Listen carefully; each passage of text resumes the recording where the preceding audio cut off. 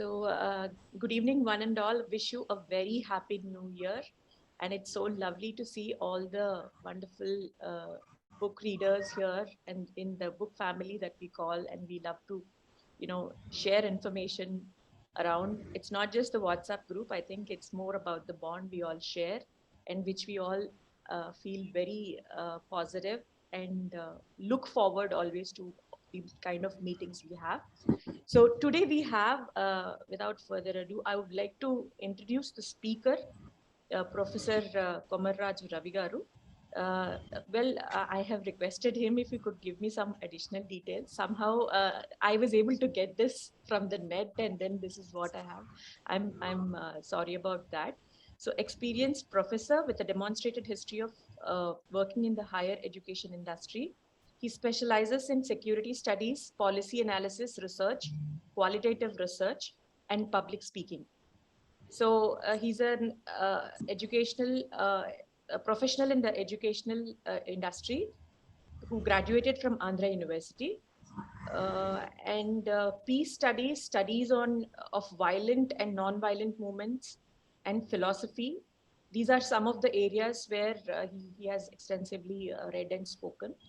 Technology and change and civilizational change and threats to democracy. These are some of the topics that he could, give us a lot of information and enlighten us. So we look forward to your speech, Professor Ravi garu. Please go ahead. This is regarding the change, the great challenge of adaptation to change. Yes, Ravi. Over to you. Thank you, Radhika. I'm more of a random person because I like reading, and then I like literature and philosophy a lot, and science. The strange thing is, I lost my father when I was 13, and so my education was all essentially a chance thing. Like what I wanted to do, what courses I wanted to pursue were essentially left to me. And sometimes I took those decisions on the flip of a coin. So there you are, if you are talking of decision making, sometimes decisions are taken like that. And they lead you somewhere, and you start from there and move ahead as things take their own dynamic.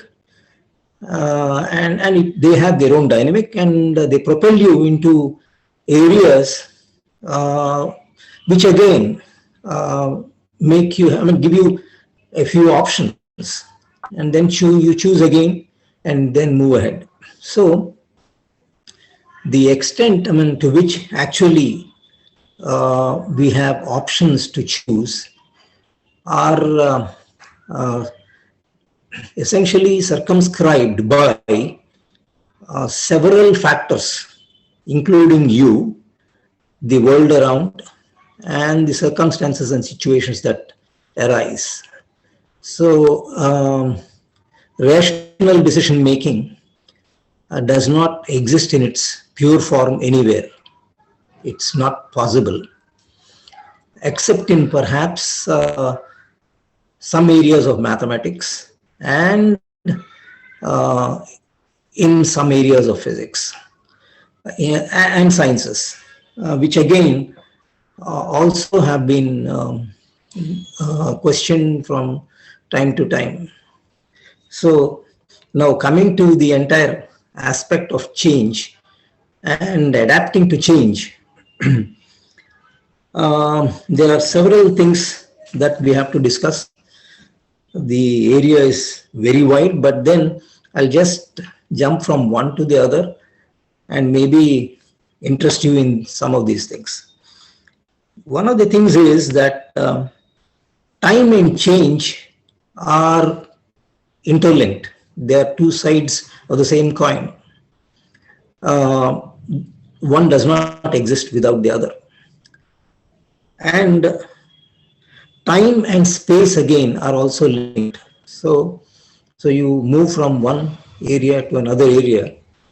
You move from one dimension of time to another dimension of time. You're also moving in space. in our own Bhagavata, time is described as um, a continuum. It cannot be divided. Kalam akhanditam. You cannot divide time. That's the idea. Why am I talking about some of these things? I mean, I just wanted to go back and refer to some ideas of time so that we come back to change. And Mandukya Upanishad discusses three dimensions of time: the past, present, and the future. And also uh, the different types of consciousness that we have when we are awake, when we are in sleep and in deep sleep, things like that. But then there are others who have talked about time. Even Vidura in Mahabharata says that time is awake while all else sleeps. The idea is that time is a continuum. In basic ancient Indian thought, time is not just linear, it is also cyclical. So, leaving these things, let's go to the more simpler forms of description of times in more flowery and beautiful ways that have been done. For example, Dickens starts his Tale of Two Cities with this sentence: "Those were the best of times and the worst of times." We all of the, I mean, most of us live our lives between these two poles. We live in best of times, we live in worst of times. We had the pandemic, and I think we had very good times too. And then Shakespeare describes it as a bloody tyrant. Time does not care for anybody, nor does it take care of anybody. And then you all know about his famous description of the world as a stage, and all the men, women, merely players who vanish after some time, come and exit. So, and then when we are talking of all these things, we can also talk of several other facets of time and change: biological, physical, mental, etc. In all these dimensions, you have change over a period of time. And that's how time is related to change. Then, coming to some ideas of change, I should first come to and talk about big discoveries that changed human life and civilization. I'll only mention a few which are outstanding or extraordinary, like the discovery of the rice or the wheat, which gave man the stability to stay at a place rather than wander, gather, or hunt. It is the foundation of civilization. So agriculture is the foundation of civilization, where they could stay at a place, build a small town or village or whatever, and then have time enough to think, to do things. And then the outcome of such a civilizational process is music, song, numbers, counting, etc. And Bertrand Russell mentions about the importance of leisure. It's important that you should have leisure and blank time where you can think. It is only then that creativity can crop up. Then, of course, the major discovery one of the major discoveries comes with the compass. Compass led to a discovery of the whole world. In fact, all the colonization process started with the compass, trade, etc., etc. So all the Europeans going to Africa, to Asia, and trading, and then colonizing them, and the discovery of America and Australia, and all that happened, and the entire face of Earth as it was has changed because of the compass. And then you have the printing press, which gave scope for knowledge to be preserved and reprinted. I mean, you can continue it. Earlier they had papyrus or metal inscriptions or whatever, palm leaf manuscripts, etc. But they were destroyed, and we know the famous case of the fall of Constantinople and the burning of the Library of Alexandria, where thousands of manuscripts have been destroyed. And so is the case with thousands of libraries in ancient India, when marauders and conquerors destroyed many of these libraries and they were burnt. So, but when you had this press, I mean, you can reprint them, hide them, and then get copies and again. You don't need copiers to copy them. Then one of the big changes was through the gunpowder. The discovery of the gunpowder led to small groups of people conquering and lording over larger populations. It's beautifully depicted in the picture called Zulu, where 200 soldiers defeat thousands of Zulu soldiers with a few guns. That's what happened in India and in many of the African nations. And then, of course, the steam engine, which led the discovery of the steam engine, which led to rails, car, phone, and now, of course, the internet, the IoT, and the artificial intelligence. These are all big changes which have an impact on how we think, how we live, and what we do, and all that. Now, when we are talking of scientific change does come incrementally, but then it is only through paradigmatic shifts that the whole process of thinking changes, which is what Thomas Kuhn in his famous book Scientific Revolutions, the structure of scientific revolutions, discusses. So, say Newton's discovery of gravity, Einsteinian physics, when they brought in an entire an extraordinary change in the way we look at the world, look at physics, look at understanding things, and the growth of knowledge. And then you can also talk of, in this process, you can talk of adapting to change. When such changes come about, paradigmatic shifts come about, Earth is flat, and then suddenly you find that Earth is round, and you understand gravity, and you understand relativity, so you understand quantum. Then your entire perspective of the world, your entire understanding of the world undergoes an extraordinary change. And if the change is very, very rapid, like the say the designs that change for iPhones or cars or things like that, the rapidity is huge. I just mention one single thing for scientists. For example, if you are talking of biology, there are several branches of biology, and because I know this because of Aruna and partly because of my father-in-law in physics. In each branch, there are thousands of peer-reviewed journals. And even if you consider 1,000 journals publishing every quarterly, just 5 extraordinary articles of original research, that means thousands of papers bringing out new dimensions of thinking and new ideas, new ways and processes. So, I mean, no one can really be knowledgeable in all these things. That's the rapidity of change. In simple terms, until 1900s, the amount of human knowledge doubled every 1,000 years. That's an approximation. Later on, by 1970s, it was around 15 years. Every 15 years, human knowledge doubled. By 90s, they said it was doubling at every 3 years. Whatever if you say 1 is the amount of human knowledge, total human knowledge, it becomes 2 in 3 years. I think the rapidity must be much more now.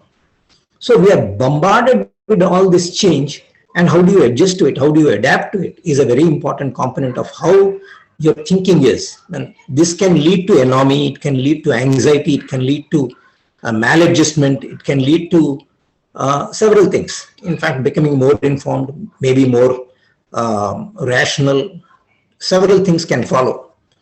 Now, for this, there is a very good research on idea on violence, but it has a relevance to this. Robert Edgar um, wrote an extraordinary book on why men rebel. The title of the book is Why Men Rebel. And he says, before him in psychology, I think most of you must have read about Dollard-Doob hypothesis. Frustration leads to aggression. So there are many books on aggression. So, but then between I mean, when do you feel frustrated, and when does that lead to aggression? These are aspects that Robert Edgar discusses and elaborately brings out his own theories. Here he says that it's not frustration is a byproduct of not necessarily denial, but it is a byproduct of perception. He says you may not be deprived of something, but if you perceive that you or feel that you are deprived, he calls it relative deprivation. It is not true deprivation. So supposing somebody becomes something, say a CEO or something, and you think you are good enough and you should have been there, you didn't. So you're not actually deprived, but you feel relative deprivation.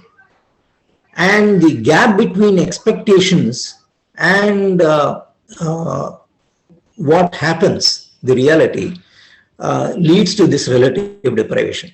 This leads to frustration, and that leads to aggression. So he describes this relative deprivation as cognitive dissonance.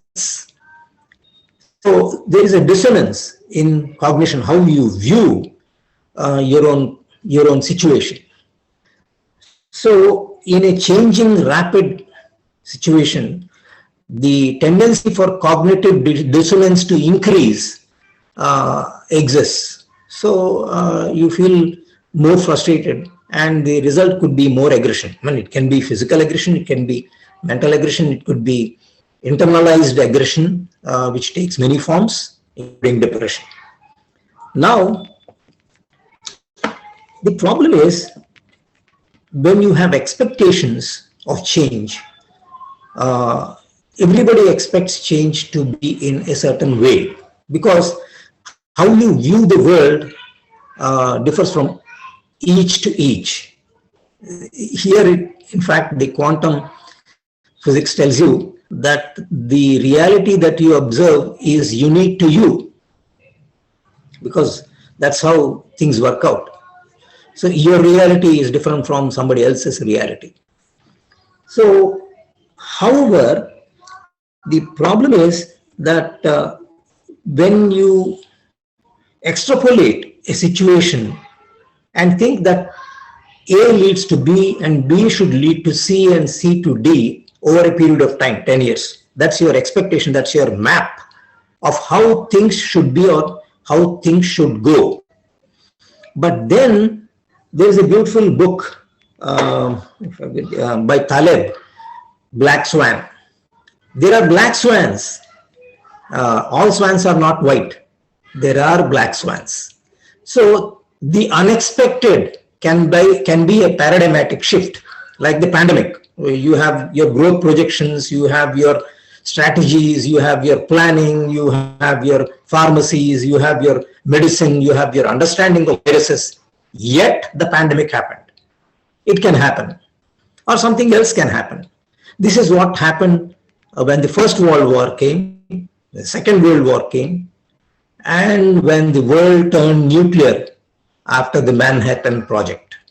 So the earlier perspective of a world order based on balance of power, everything has changed once the nuclear powers have come into being.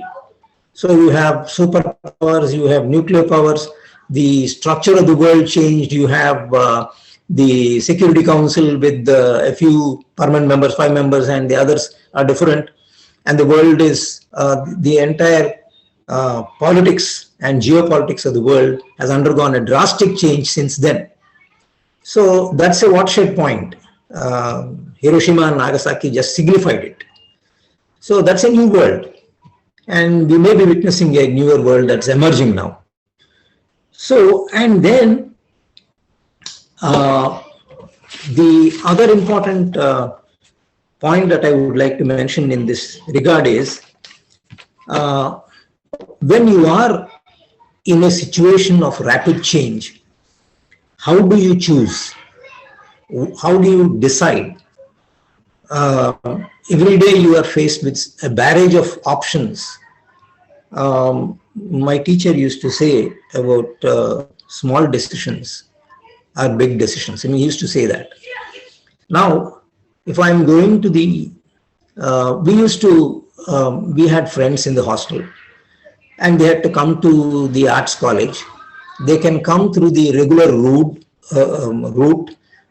in the campus, the lanes that are there.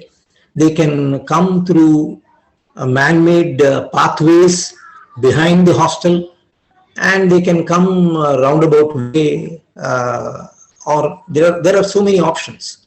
Now the point is, how do you choose? Is it rational? I mean, everybody knows that there is both rational and irrational aspects are included in choices. Why do you like a color, for example, or why do you like a perfume? These are the things that are essentially highly personalized and individualized choices. Based on, maybe today we understand they can also, neuroscience tells certain other factors are also play a role in why you decide to do this or not decide to do that, or why you like this or you don't like that. And here there is a beautiful book by Sheena Iyengar, The Art of Choosing. She was in Stanford, and her earlier jam experiment was a very, very popular and well known one in the US and in marketing circles. So the jam experiment is that if you are given with too many choices, what happens is you don't buy, you don't do anything. So she says that it's better to limit the choices for somebody to take a decision rather than bludgeon them with hundreds of choices. But then here there are several factors that go into choosing. What information were you searching for to incorporating a decision when you're taking a decision? And how do we take the feedback from the outcomes of our decisions? We take a decision, something happens, and if something positive happens, we may go ahead with the repeating the decision. Something negative happens, we don't take the decision at all, we go in for another. So this is an adaptation process. This is part of the adaptation process.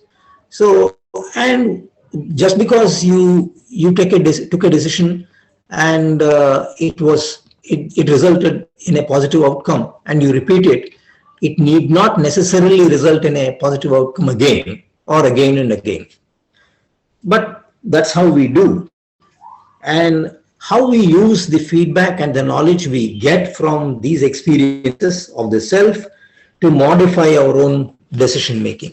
These are factors that determine how you adapt to change. And then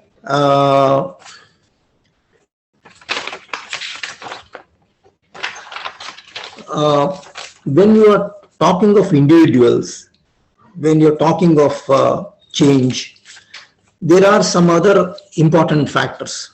Like, for example, when you're talking of individual change, there is biological change, you age, and that has an impact on how you look at things. So what appears to a younger person around him may appear differently to you at a certain age. So the adaptation to change has a role in how you look at the world. and how you respond to the world and what decisions you take. Now, for example, uh, it bothers me a lot. Many countries have politicians who are 70 plus, and that's considered as great wisdom and etc., knowledge, etc. That's all right, fine. But then they may not be in sync with the existing world.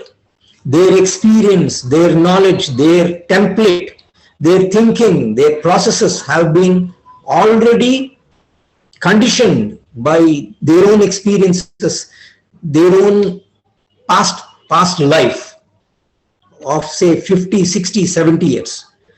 Most of it or much of it may not be relevant to the present. For example, most scientists and doctors found themselves not being able to do anything in the pandemic in the initial stages. They didn't know what to do. I mean, they were not even able to diagnose the symptoms properly or anything, the effects properly. So it's like that.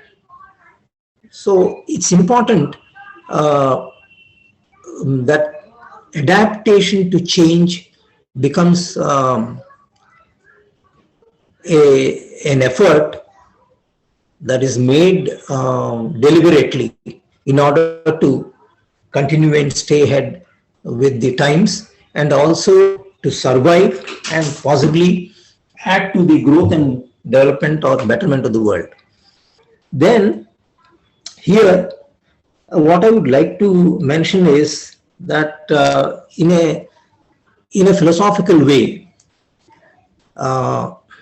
change has two dimensions, or as part of time. There is something that doesn't change, and there is something that changes.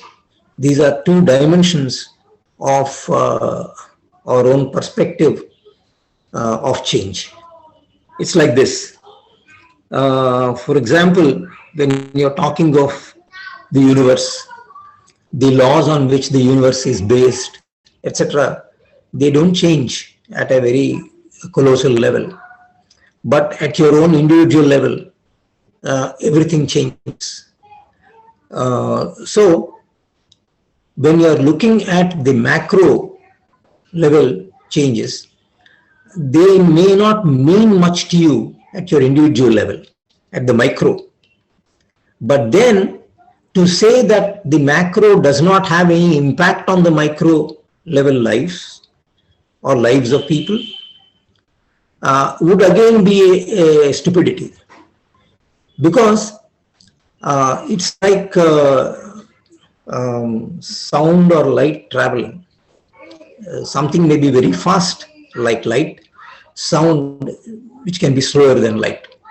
So change sometimes can be very quick, very fast, and such change can be a troubling thing. But incremental change, which is slow change, can help you adapt better. But then, while some of it is in human hands, a lot of it is not. For example, climate change. Climate change at the macro level, the change was incremental in a way, but now it's no longer incremental. It's not slow. It's going to be a rapid one. In the sense, on a time scale, if it took 500 years or 300 years or 200 years from the industrial revolution for all these things to happen, the amount of change every decade is phenomenal now. So that's how you have to measure and understand change. And that's why we talk of the future generations and their rights and what the world we can leave behind for them should be. And when we are, that's what I was mentioning to about the macro and the micro. So in the quantum world, the contradiction and truth are near neighbors. Truth and contradiction, they go together. And that is what Niels Bohr talked of when he was talking of complementarity. So truth and contradiction go together. and no one perspective exhausts reality, and different perspectives may be valuable yet mutually exclusive. So these are some of the ideas that Bohr himself has expressed. And uh, for example, in the changes that occurred in science initially, and Newton's gravity was put to challenge when they found that Uranus was not following the pattern or the theory of gravity and the calculations that Newton at that point of time postulated. But still, people had faith in him, and that led to calculations which helped astronomers where to look, and that led to the discovery of Neptune. And then Maxwell's synthesis predicting new colors of light, which are invisible to our eyes and not observed, led to Hertz producing and observing radio waves. And Paul Dirac predicted the existence of antiparticles, not yet observed at that point of time, but now they are proven to be. So the point I'm trying to make is that the fertility of a theory, its ability to predict new phenomena and give us power over nature, is also a big part of change, understanding change and adapting to change. So theorizing about change and trying to understand change in its multifarious dimensions is an important component of adapting to change. And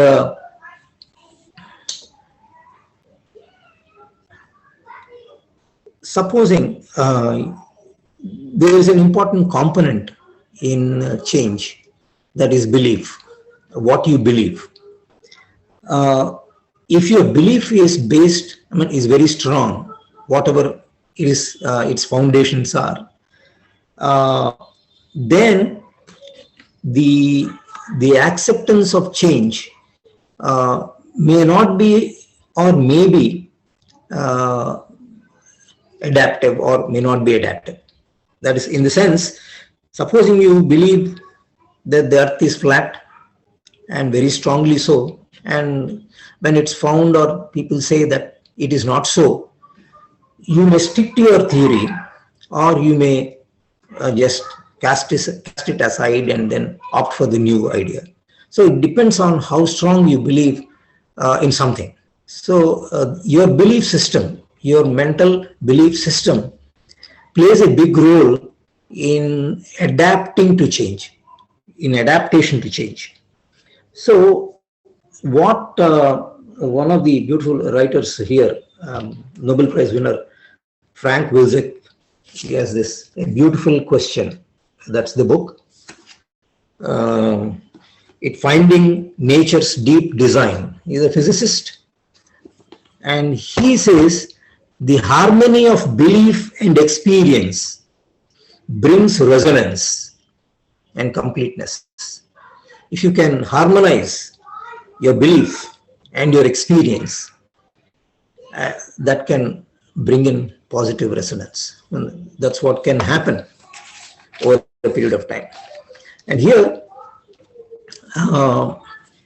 why am I saying about, why am I talking, this is only a few minutes, maybe 1 or 2 minutes. Why I'm talking about belief and perspectives. So your most human belief is based on the 5 senses, mostly the visual sense, and of course experience, the past. So belief is based on these things. And then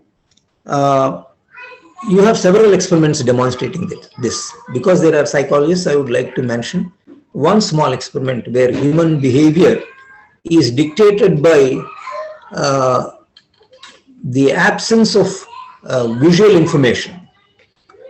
Stanley Milgram's experiments on pain, infliction of pain, for example.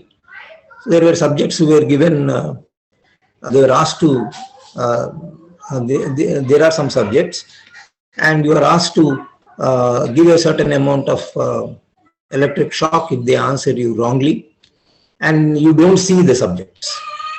So what you do is, initially you go with the feeling that they may get a shock and it may give them pain, and slowly over a period of time, when you don't see them, you become impersonal and begin inflicting higher doses of shock to them, which can even be fatal.